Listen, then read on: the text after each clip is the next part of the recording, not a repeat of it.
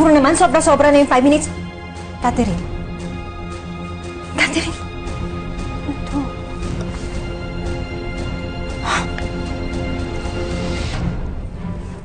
Hello? Scarlett! Si Catherine tumakas! Ano?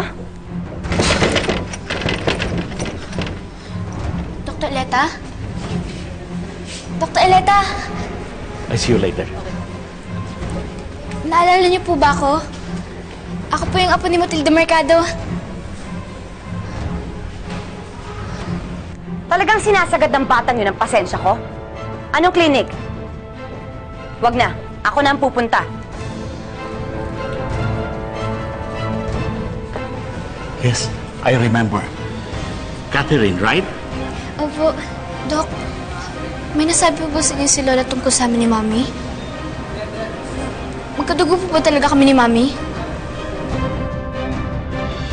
Isabel, pakinggan mo to.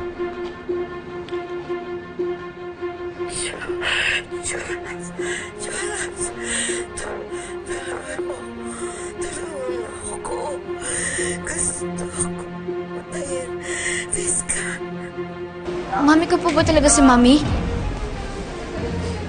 I'm sorry, Catherine. Pero I promise your Lola na anuman ang alam ko, hindi ko pwede sabihin sa'yo.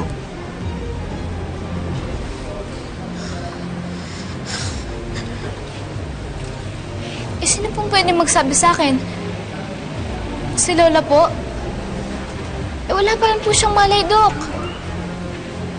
Hindi ko naman po pwedeng tanongin si Mami.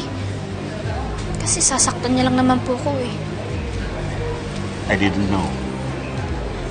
Pero kausap ko lang Lola mo several days ago. Akala ko okay siya. Siguro na-stress lang that day, kaya siya inatake. Stress? Kaya po siya na heart attack? Doc, please, kailangan ko lang po ng sagot niyo. Please. I'm sorry, Iya. Pero nasa Lola mo lahat ng kailangan mong kasagutan. Excuse me.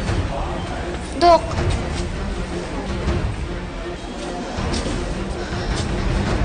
Catherine!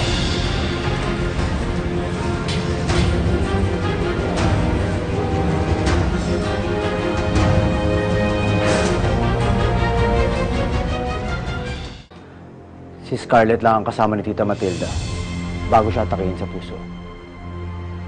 So tama ang kutob ko. May kinalaman talaga si Scarlett sa nangyari kay Mama Matilda. Pero paano? Kung may kinalaman siya, paano nangyari? Inaway niya? Hindi ko alam. Ang sabi ng doktor, stress o matinding emosyon daw yung dahilan kung bakit siya natake sa puso. Isabel, mauna na ako. Saan ka pupunta?